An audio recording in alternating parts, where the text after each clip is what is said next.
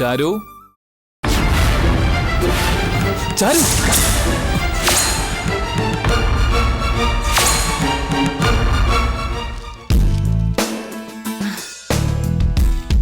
ഇത് കൊള്ളാമല്ലോ. 28 വയസ്സ്, വെളുത്ത നിറം, 170 സെന്റിമീറ്റർ ഹൈറ്റ്, സർക്കാർ സർവീസിൽ ഡോക്ടർ. എന്തു പറയുന്നു സുമി? ഓ, എങ്കിൽ ഡോക്ടർ വേണ്ട, എഞ്ചിനീയർ ആയാലോ? ഉണ്ടല്ലോ തന്റേതല്ലാത്ത കാരണത്താൽ. അതൊന്നും വേണ്ട. ആ, കിട്ടിപ്പോയി. നമുക്ക് പറ്റിയ ഒരാള്.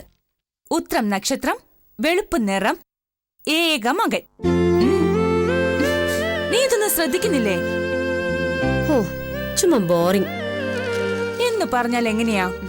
സുമി, ഇനി നീ ഒഴിഞ്ഞു മാറാൻ ഞാൻ സമ്മതിക്കില്ല കേട്ടോ. അടുത്ത ചിങ്ങത്തിന് മുൻപ് നിന്റെ കല്യാണം നടത്തുമെന്ന് ഞാൻ ഉറപ്പിച്ചതാ. കല്യാണമൊന്നും അത്ര വലിയ കാര്യമല്ല ചിറ്റേ. കല്യാണം കഴിക്കാതിരുന്നിട്ടും നമ്മള് രണ്ടുപേരും സുഖമായിട്ടും സന്തോഷമായിട്ടും ജീവിക്കുന്നില്ലേ? പിന്നെ എന്തിനാ ഇനി ഒരു കല്യാണം? ആരാണാവോ?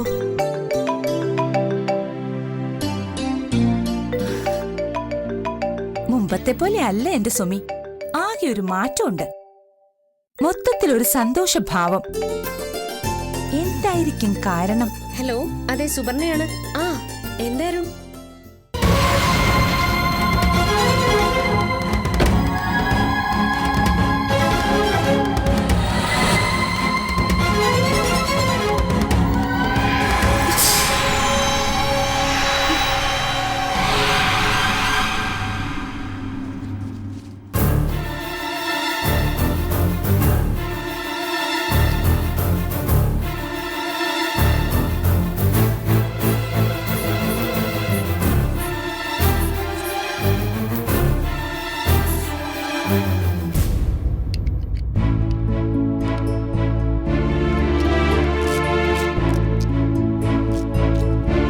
അരുൺകുമാറിനെ പേടിപ്പിച്ചു കളഞ്ഞല്ലോ ചാരുലതേ.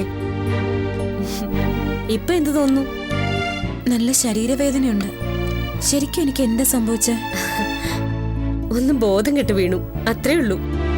വീഴ്ചയില് ചതവ് പറ്റി കാണും, അതാ വേദന. സാരമില്ല, ഇഞ്ചക്ഷൻ എടുത്തിട്ടുണ്ട്. എങ്കിൽ ഞാൻ ഇറങ്ങട്ടെ.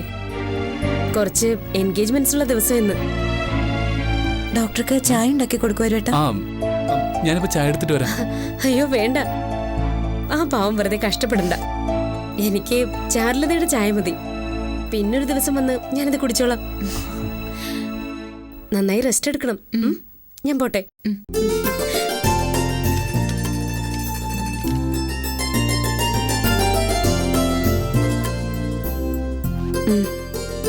വരുന്നേ.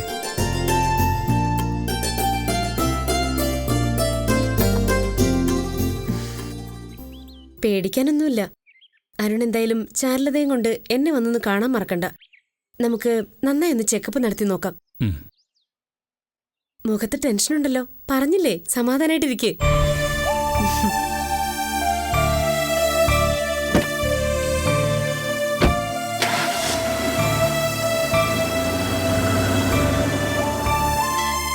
Hello sir. അമ്മോ, സാർ കാണണമെന്ന് പറഞ്ഞത്? അത് അമ്മോ, ഐ എം സോറി. അന്ന് നീ വീട്ടിൽ വന്നപ്പോ ഞാൻ വളരെ മോശമായിട്ടാ പെരുമാറിയത്. വല്ലാതെ ദേഷ്യം വന്നപ്പോ ഞാൻ സ്വയം മറന്നുപോയി. അത് നിന്നോട് തുറന്നു പറഞ്ഞില്ലെങ്കിൽ എനിക്ക് മനസ്സമാധാനം കിട്ടില്ല.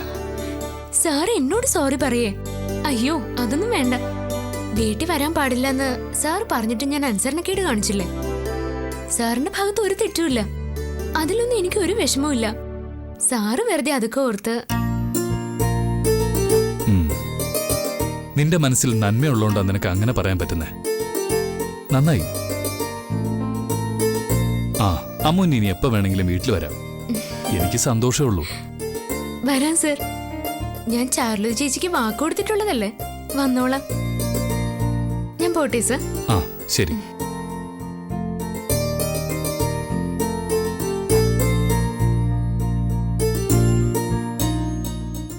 മുൻപ് മിസ്കാരേജ് എന്തെങ്കിലും?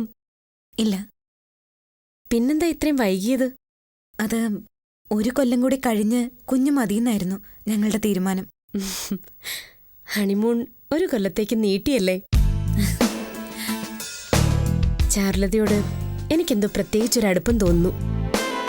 മുൻപെപ്പോഴോ പരിചയം ഉണ്ടായിരുന്ന ഒരാളോട് തോന്നുന്ന പോലെ. ഡോക്ടർക്ക് തോന്നുന്നതാ. ഡോക്ടർ എന്ന വിളി വേണ്ട, അതിലൊരു അന്യത്വം ഉണ്ട്. പേര് വിളിച്ചോളൂ, അതാ എനിക്കും ഇഷ്ടം. ശരി. ഞാൻ കുറച്ച് ടെസ്റ്റുകൾക്ക് കുറിച്ച് തരാം. അതിന്റെ റിസൾട്ട് എന്നെ കൊണ്ടുവന്ന് കാണിക്കാൻ അരുൺകുമാറിനോട് പറയണം. പിന്നെ എന്ത് ബുദ്ധിമുട്ടുണ്ടായാലും എന്നെ വിളിക്കണം. ഡോക്ടറെ അല്ല, സുവർണ എന്ന ഫ്രണ്ടിനെ. ഞാൻ ഓടി വരും, ഏത് പാതിരാത്രിക്കായാലും.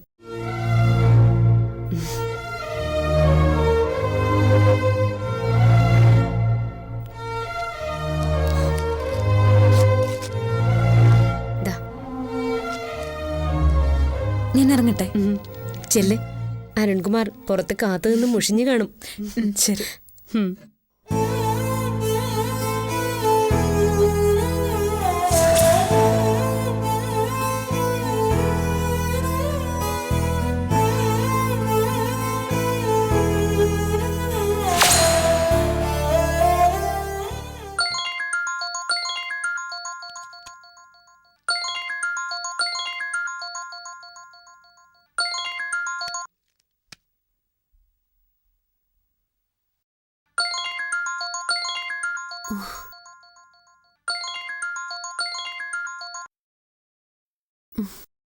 Hello Shweta. Shweta, really sorry. എന്നോട് ക്ഷമിക്ക്. എനിക്ക് നിന്നെ ആഗ്രഹിക്കാനുള്ള അർഹതയില്ല. അതുകൊണ്ട് തന്നെയാ നീ എത്ര ആഗ്രഹിച്ചിട്ടും ഞാൻ നിന്റെ മുമ്പിൽ വരാത്തത്. നിന്നേക്കാൾ താഴെയാണ് ഞാൻ. സാമ്പത്തികമായി നീ ഒരിക്കലും വിചാരിക്കാത്ത അത്ര താഴെ. സുഹൃത്തുക്കളുടെ ഔദാര്യം കൊണ്ട് ഇങ്ങനെയൊക്കെ അങ്ങനെ ജീവിച്ചു പോകുന്നത് മാത്രം. പിന്നെ നീ എന്തിനാ എന്നെ ഇത്രയും കാലം വിഡ്ഢിയാക്കിയത്? ഞാൻ പറഞ്ഞു എന്നെ പ്രണയിക്കാൻ. ഞാനാണോ ഇത് തുടങ്ങി വെച്ചത്? അല്ല, ഞാൻ തന്നെയാ, സമ്മതിക്കുന്നു. അതൊക്കെ അങ്ങനെ സംഭവിച്ചു പോയതാ ശ്വേത. സംഭവിച്ചു പോയതാണോ? അപ്പോ നീ നിവിൻ പോളിയുടെ ഫോട്ടോ അയച്ചതോ? അതും സംഭവിച്ചു പോയതാണോ? അത് പിന്നെ നീ എന്നെ വെറുക്കട്ടെ, അങ്ങനെ എന്നിൽ നിന്ന് അകലട്ടെ എന്ന് കരുതി മനഃപൂർവ്വം അയച്ചതാ. അതിനെ ഇനി ഫോട്ടോയുടെ ഒന്നും ആവശ്യമില്ല. എപ്പോഴേ വെറുത്തു കഴിഞ്ഞു, അകന്നു കഴിഞ്ഞു ഞാൻ. നിന്റെ ശബ്ദം കേൾക്കുന്ന പോലെ എനിക്കിഷ്ടമല്ല.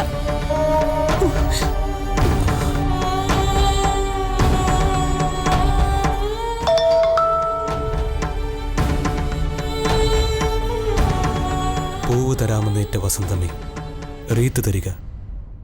ഞാൻ മരിച്ചിരിക്കുന്നു, നിന്റെ അർജുൻ.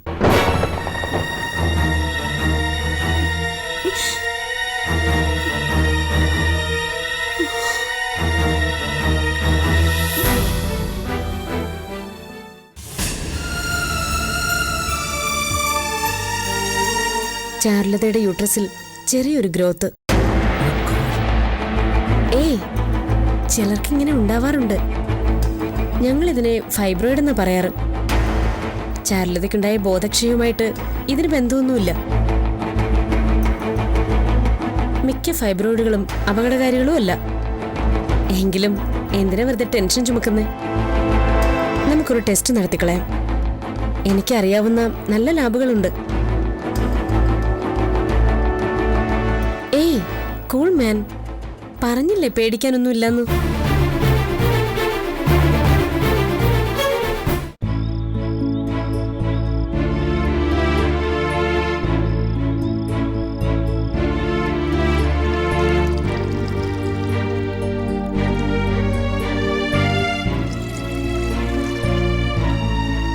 അരുവേട്ട, ഇങ്ങോട്ടൊന്ന് നോക്കിയേ. പുരുഷന്മാർക്ക് സ്ത്രീകളെക്കാൾ ധൈര്യം ഉണ്ടെന്നാ ഞാൻ കേട്ടിട്ടുള്ളത്. എന്നിട്ടിപ്പോ എന്റെ അരുവേട്ടാ, ഈ ഗർഭാശയത്തിൽ ഫൈബ്രോയിഡ് ഉണ്ടാവുമെന്ന് പറയുന്നത് അത്രയ്ക്ക് പേടിക്കാനുള്ള കാര്യമൊന്നും അല്ല. എന്റെ അമ്മയ്ക്കോ അമ്മായിക്കോ ഒക്കെ അങ്ങനെ ഉണ്ടായിരുന്നു. എന്നിട്ട് എന്തേലും സംഭവിച്ചോ? അതെ, കുഴപ്പമൊന്നുമില്ല, നമ്മൾ ശ്രദ്ധിച്ചാ മതി. പക്ഷേ നീ പ്രഗ്നന്റ് ആയിരിക്കുന്ന ഈ സമയത്ത് തന്നെ അത് ഓർക്കുമ്പോ ഒരു ടെൻഷൻ. നമ്മൾ ഇടയ്ക്കിടയ്ക്ക് ചെക്കപ്പ് നടത്തുമല്ലോ, അതുകൊണ്ട് എനിക്കൊരു പേടിയുമില്ല. പിന്നെ എന്ത് വന്നാലും നമ്മുടെ സഹായത്തിന് ഇപ്പൊ ഒരു ഫാമിലി ഡോക്ടർ ഉണ്ടല്ലോ. നാളെ നമ്മൾ ഹോസ്പിറ്റലിൽ പോകുന്നു. അവര് പറഞ്ഞതുപോലെ ബയോപ്സിക്ക് സാമ്പിൾ എടുത്തോട്ടെ. അതോടെ ആ സംശയം തീർന്നു കിട്ടുമല്ലോ. അല്ലെങ്കിലേ എന്റെ പ്രസവം വരെ അരുവേട്ടൻ തീ തിന്ന് ജീവിക്കേണ്ടി വരും. ചാരു, ഈ പാല് കുടിക്ക. കുടിക്ക്. ഞാൻ കുടിച്ചോളാം. ഇതെന്തോ വലിയ പേഷ്യൻസിനെയൊക്കെ പരിചരിക്കും പോലെ. അരുവേട്ടാ, സത്യം പറയും, അരുവേട്ടന്റെ ഉള്ളില് വല്ലാത്തൊരു പേടിയുണ്ടല്ലേ ഇപ്പൊ? എന്തിന്? ഞാൻ മരിച്ചു എന്നെങ്ങാനും. ചാരു, ഇനി അഥവാ മരിച്ചു പോയാലും അരുവേട്ടന്റെ സ്വപ്നം കാണുന്ന കുറെ പേര് ഇവിടെ ഉണ്ടെന്ന് എനിക്കറിയാം. ഞാനൊരു തമാശ പറഞ്ഞത് എന്റെ മാഷേ. ഒന്ന് ചിരിച്ചേ. ഏയ് ചിരിക്കേ.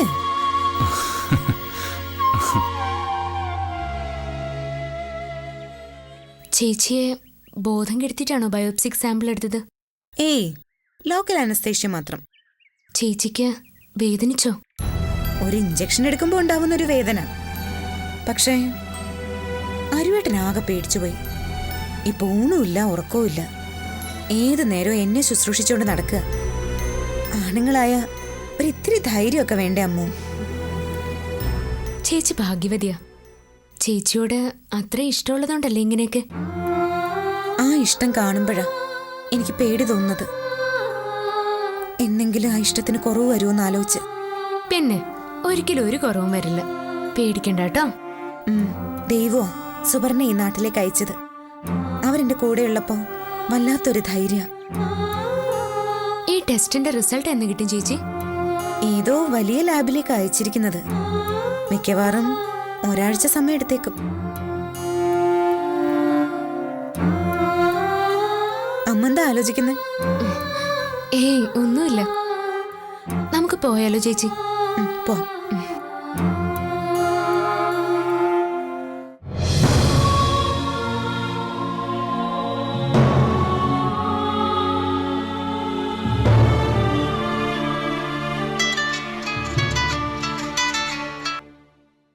ശ്വേത. അർജുൻ, സോറി. സോറി എന്തിനാ? ഇന്നലെ അങ്ങനെയൊക്കെ സംസാരിച്ചില്ലേ, അതിന്. ഇന്നലെ എനിക്ക് ഉറങ്ങാൻ കഴിഞ്ഞില്ല അർജുൻ. അപ്പോഴാ ഒരു കാര്യം ഞാൻ തിരിച്ചറിഞ്ഞത്. നിന്റെ ഫ്രണ്ട്ഷിപ്പ് ഇല്ലാതെ എനിക്കൊരു നിമിഷം പോലും ജീവിച്ചിരിക്കാനാവില്ലെന്ന്. എനിക്കും അങ്ങനെ തന്നെ ശ്വേത. നിന്നെ കാണണമെന്ന് ഇനി ഒരിക്കലും ഞാൻ നിർബന്ധം പിടിക്കില്ല. എന്തിനാ കാണുന്നത്? പരസ്പരം കാണാതെയും നമുക്ക് നല്ല സുഹൃത്തുക്കളാവാൻ കഴിയുമല്ലോ. അതുകൊണ്ട് നമുക്ക് ഇങ്ങനെയൊക്കെ മതി. സത്യമാണോ ശ്വേതി പറയുന്നത്? സത്യം. മനസ്സിൽ തട്ടിയാ പറയുന്നേ. ഇന്നലെ ഒരു വാശിക്ക് അങ്ങനെയൊക്കെ വിളിച്ച് പറഞ്ഞതല്ലേ, അതൊക്കെ അങ്ങ് മറന്നേക്കണം. എന്നിട്ട് ഇനിയും എന്നെ വിളിക്കണം. ഞാനും വിളിക്കാം. ശബ്ദത്തിലൂടെ നമ്മൾ പരസ്പരം കാണുന്നുണ്ടല്ലോ അർജുൻ. ഓ, ഇപ്പോഴാ മനസ്സിൽ നിന്നൊരു ഭാരം ഒഴിഞ്ഞത്. ഇനി ഈ ജന്മത്തിൽ ശ്വേത എന്നെ വിളിക്കില്ലെന്നാ ഞാൻ കരുതിയത്. Thanks Shweta. Welcome. Okay Arjun, പിന്നെ വിളിക്കാമേ.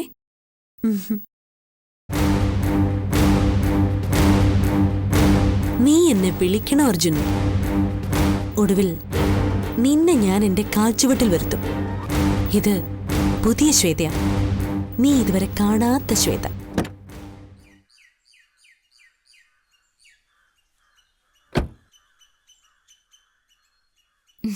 ചിറ്റേ, ഭയങ്കര ക്ഷീണം. കുടിക്കാൻ വല്ലതും തന്നെ. ഞാൻ ഇപ്പൊ തന്നെ നല്ല ഇഞ്ചിയും കറിവേപ്പിലയും ചതച്ചിട്ട് സംഭാരം കൊണ്ടുതരാം. മോളി ഡ്രസ്സൊക്കെ ഇന്ന് ചേഞ്ച് ചെയ്യാം. ആ സുവർണേ, ഇത് ഇന്നത്തെ കൊറിയറിൽ വന്നതാ. എന്തേത്? പിന്നെ എങ്ങനെ നോക്കാം? അതെ, ചാരുലത എന്ന പേഷ്യന്റിന്റെ biopsy റിപ്പോർട്ടാ.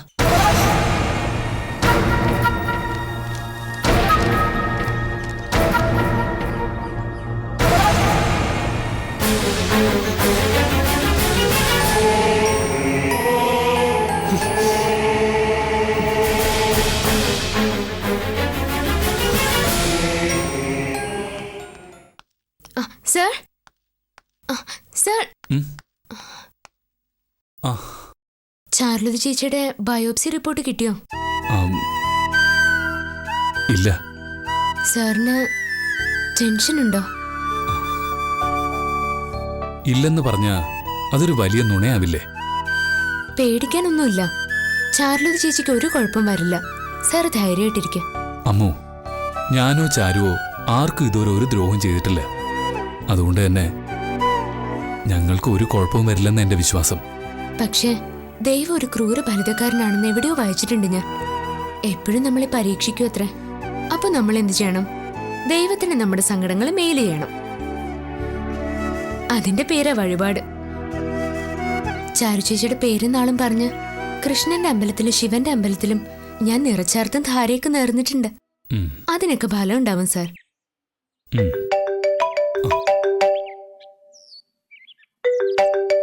Ammu, just A minute.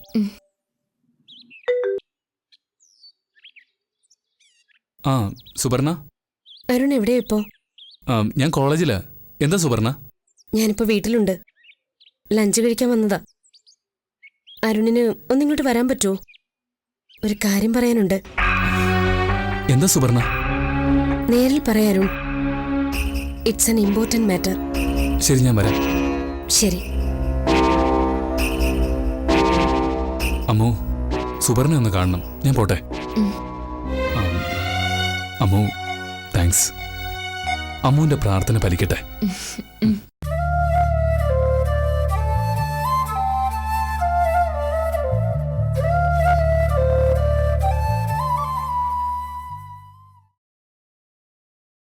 കേൾക്കാൻ കുറച്ച് വിഷമമുള്ളൊരു കാര്യമാ. അരുണിനോടത് പറയാൻ എനിക്കും ബുദ്ധിമുട്ടുണ്ട്. എന്താ സുമി? എന്താണെങ്കിലും പറയൂ. ചാരുലതയുടെ ഗർഭപാത്രത്തിൽ ഒരു ഗ്രോത്ത് ഉണ്ടെന്ന് സ്കാനിംഗ് റിപ്പോർട്ടിൽ കണ്ടിരുന്നല്ലോ. അത് ഒരു ട്യൂമറാണ്.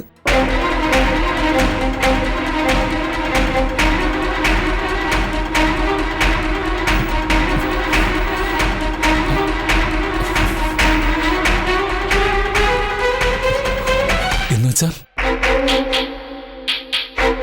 അപകടകാരിയായ ഒരു ട്യൂമറാണത്. എത്രയും വേഗം സർജറി നടത്തി നമുക്കത് നീക്കം ചെയ്യണം. അതോടെ എല്ലാ കുഴപ്പവും മാറുമല്ലേ? ഇല്ല, മാറണമെന്നില്ല. കാരണം വളരെ കുഴപ്പം പിടിച്ച സ്ഥലത്താ ട്യൂമർ വളരുന്നത്. ഗർഭസ്ഥ ശിശുവിനോട് ചേർന്നു.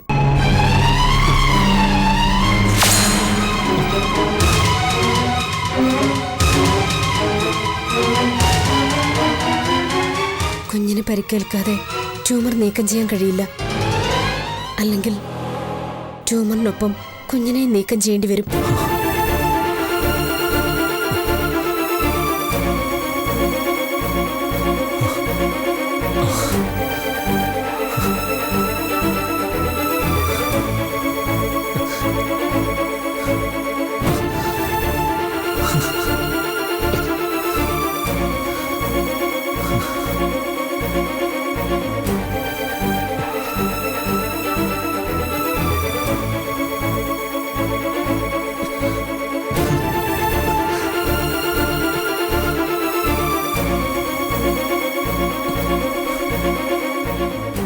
അരുൺ, കുഞ്ഞിനേക്കാൾ പ്രധാനം നമുക്ക് ചാരുലതയുടെ ജീവനല്ലേ?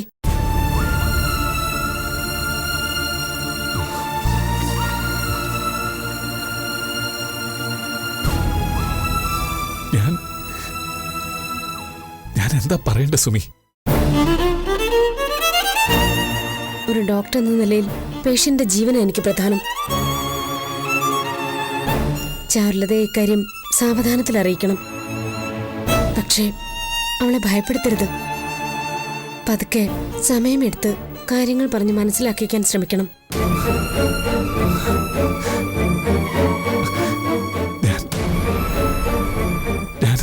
ഞാനിത് എങ്ങനെ പറയും? പറഞ്ഞല്ലേ പറ്റൂ. അവൾ അറിയണ്ടേ ഇത്? അറിയണം. അവൾ അറിയട്ടെ. ഞാൻ പറയാം. ചില ടെസ്റ്റുകൾ കൂടി നമുക്ക് നടത്താനുണ്ട്. അത് കഴിഞ്ഞ് സർജറിയുടെ ഡേറ്റ് ഫിക്സ് ചെയ്യാം. എന്റെ തല പെരുക്കുന്നു. ഞാൻ പോട്ടെ സുമി.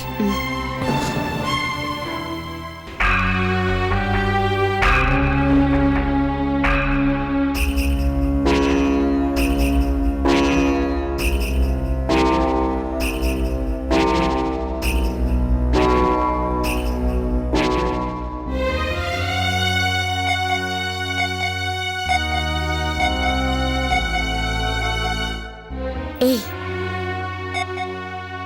ടെൻഷൻ അടിക്കില്ലേ അരുൺ? ഡ്രൈവ് ചെയ്യാൻ പറ്റുമോ? ഞാൻ കൊണ്ടുവിടാം. ഞാൻ പൊയ്ക്കോളാം.